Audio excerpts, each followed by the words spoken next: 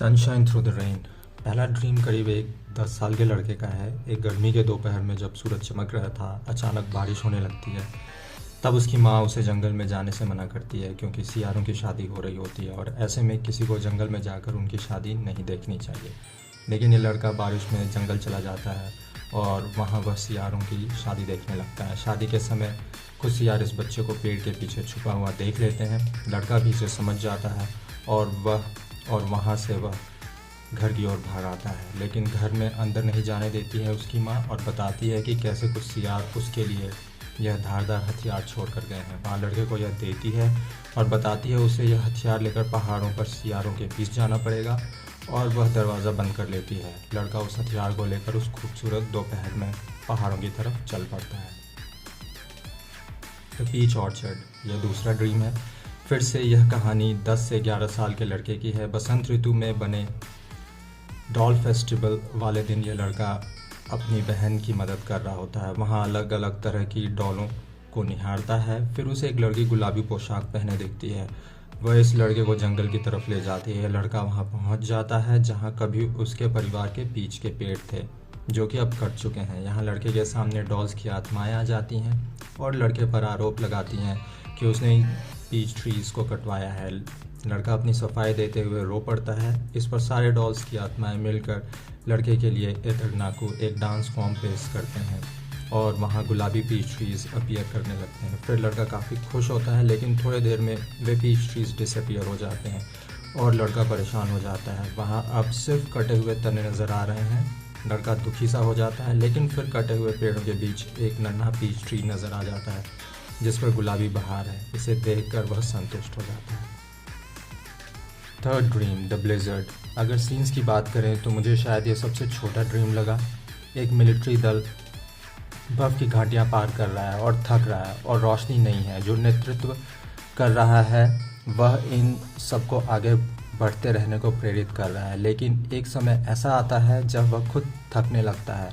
जब बाकी के उसके सहकर्मी थक कर बर्फ़ पर लुढ़क चुके हैं, वह भी बर्फ़ पर गिर जाता है। अचानक उसे बर्फ़ पर कोई चादर उठाने लगता है और कहता है कि बर्फ़ गर्म है और वह सो जाए। लेकिन वह जग जाता है और इस साए को धक्का देकर एक तरफ फेंक देता है जिससे कि ये साए एक भूत का रूप ले लेता है और गायब हो जाता है।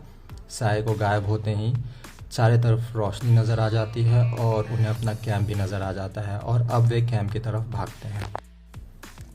जो चौथा ड्रीम है वो टनल में है। एक सिपाही टनल पार करने की कोशिश कर रहा है। उसे एक टैंक पकड़ने वाला कुत्ता मिलता है जो कि एक आत्मा है। टनल पार करने पर उसे एक सोल्जर की आत्मा मिलती है जो उससे पूछती है क्या वो मर गया है।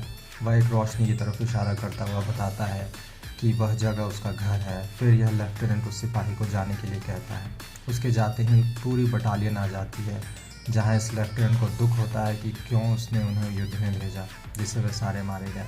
उसे अफसोस होता है और वह घुटनों के बल पर ज़मीन पर बैठकर अफसोस करता है। अब पांचवा ड्रीम क्रोज है। एक पेंटिंग का स्टूडेंट विंसेंट वैन गॉग की पेंटिंग एक एग्जीबिशन में देख रहा होता है। फिर वह वहां से जाने लगता है लेकिन दिखाते हैं कि वह विंसेंट वैन गॉग को उनकी पेंटिंग के माध्यम से ढूंढने की कोशिश कर रहा है। वह गेहूं के खेतों जंगलों को पार करता हुआ विंसेंट को एक खेत में जंगल की चित्रकारी करता पाता है। वहाँ विंसेंट बताते हैं कि उनका एक कान दिक्कत कर रहा था तभी उन्होंने इसे काट दिया। फिर विंसेंट जल्दी में वहाँ से जाने लगते हैं। वो ये कहते हैं कि सूरज की गर्मी उन्हें पेंटिंग करने की प्रेरणा दे रही है।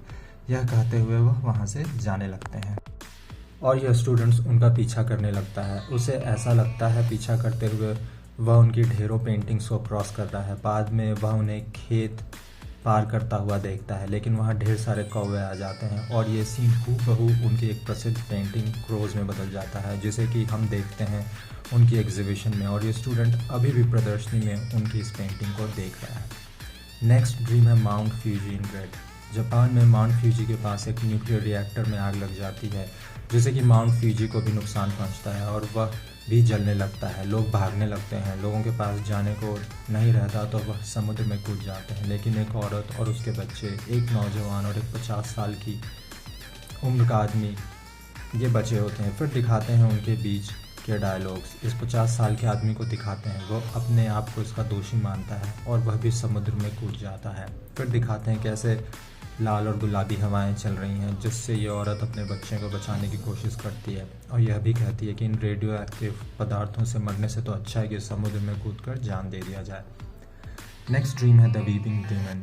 एक आदमी एक ज़मीन पर चला जा रहा है जहाँ की आसपास बिल्डिंग्स टूटे हुए हैं। जब वह चल रहा है तब उसे एक सींग वाला एक आदमी दिखाई देता है। वह बताता है कि कैसे न्यूक्लियर एक्सीडेंट के बाद फूल के पौधे इंसानों से बड़े हो गए हैं और मनुष्यों में सींग निकल आए हैं। वह फिर बताता है कि चूंकि वह एक सींग वाला है, उसे अब 2 या 3 सींग वाले खा जाएंगे।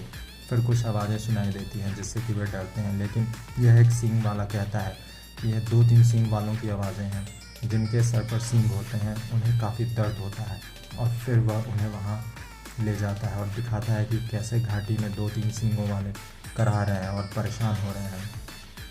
वह यह बताता है कि ये पॉलिटिशियंस और सरकारी कर्मी हैं, इसलिए इन्हें 2 या 3 सींग हुए हैं। यह देख यह नौजवान डर जाता है और भागने लगता है, लेकिन यह एक सींग वाला इसका पीछा करता रहता है। जो अंतिम ड्रीम है वह है विलेज ऑफ द वाटरमिल्स। एक नौजवान घूमता हुआ एक गांव में पहुंचता है जहां की पवन चक्कियाँ होती हैं ढेर सारी। वहां यह देखता है कैसे एक पत्थर पर बच्चे फूल चढ़ा रहे हैं। वह घूमता आगे बढ़ता है तो उसे एक बूढ़ा मिलता है जिससे वह बातें करता है और पूछता है कि वह पत्थर पर फूल क्यों चढ़ाते हैं। तो वह बताता है कि वह एक मरे हुए की कब्रगाह है जहाँ फूल चढ़ाए जाते हैं। फिर बाजों की आवाज़ आती हैं। बूढ़ा बताता है कि एक औरत की मृत्यु हो गई है। वह यह भी बताता है कि जवानी में वह उसकी गर्लफ्रेंड रह चुकी है। कहते हुए वह तैयार होने लगता है। वह नारंगी रंग की पोशाक पहनता है और हाथ में एक झुनझुना पकड़ता है और कुछ फूल, और फिर विदाई समारोह में भाग लेने चल पड़ता है। इधर इस समारोह में बच्चे बूढ़े नाच रहे हैं, फूल सड़कों पर फेंक रहे हैं, नाचते हुए मृत शरीर को ले जा रहे हैं। बूढ़ा भी झूमता हुआ इसमें शामिल हो जाता है। यह देख नौजवान की आंखें चमकने लगती है और गांव से जाते समय वह भी पत्थर पर फूल चढ़ा देता है। अगर हम सभी ड्रीम्स की बात करें तो यह बचपन के ड्रीम्स से शुरू होकर बड़े के ड्रीम्स पर ख़त्म होते हैं, किंवदंती कहानियों पर शुरू होकर न्यूक्लियर डिस्ट्रक्शंस, लेकिन फिर नाच बाजे विदाई पर। अगर हम कैमरा वर्क की बात करें तो इसका कोई मेल नहीं। George लूकस, Steven Spielberg, Akira Kurosawa ने सब मिलकर इस पर काम किया है और मार्टिन स्कॉर्सेज़ी ने अभिनय किया है। अगर सपने की बात करें तो इस पर बहुत सारे विचारकों ने बहुत लिखा है। जो पहले सपने का अंतिम सीन है मेस्मराइजिंग है। दूसरे सपने में जब कटे हुए पेड़ डॉल्स की आत्माएं बनकर डांस करती हैं तो यह पहाड़ पर कटे पर होता है, जो कि एक कॉम्प्लेक्स सीन की तरह लगता है। फिर जब वह परी स्नो स्टॉर्म के सिपाही पर चादर चढ़ा रही होती है तो सिपाही धक्का देता है जिससे वह मृत्यु की देवी बन जाती है। फिर अगले ड्रीम्स में लेफ्टिनेंट का दुख कि कैसे युद्ध में उसने इतनों का बलिदान कर दिया। फिर ड्रीम्स में विंसेंट वैन गॉग की तस्वीरों में घूमना और अपने आप को इसका हिस्सा पाना। और फिर न्यूक्लियर डिस्ट्रक्शन वाला सपना जो कि हमें सोचने पर मजबूर करता है कि हम विकास के लिए पृथ्वी और वातावरण में कितना खिलवाड़ कर रहे हैं। फिर एक सींग वाला कैसे हमें सबक देता है कि जीवन में सही करना कितना ज़रूरी है, नहीं तो नरक भुगतना पड़ता है। और फिर मृत्यु में झूम-झाम, जिससे कि मृत्यु पर भी खुश होने की सीख मिलती है। साथ में ड्रीम्स की बात करें तो ड्रीम्स पर बहुत सारे विचारकों ने बहुत कुछ लिखा। अगर हम फ्रॉइड की बात करें तो इसमें जो पहला ड्रीम है, या फिर हम 7वें ड्रीम की बात करें, 8वें ड्रीम की बात करें, तो फ्रॉइड के बहुत सारे विचारों से मिलता है वह।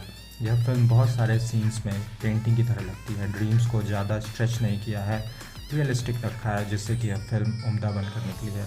जो सीरियस सिनेमा सिर्फ कहानी के लिए देखते हैं उन्हें यह फिल्म ज़रूर देखनी चाहिए। धन्यवाद।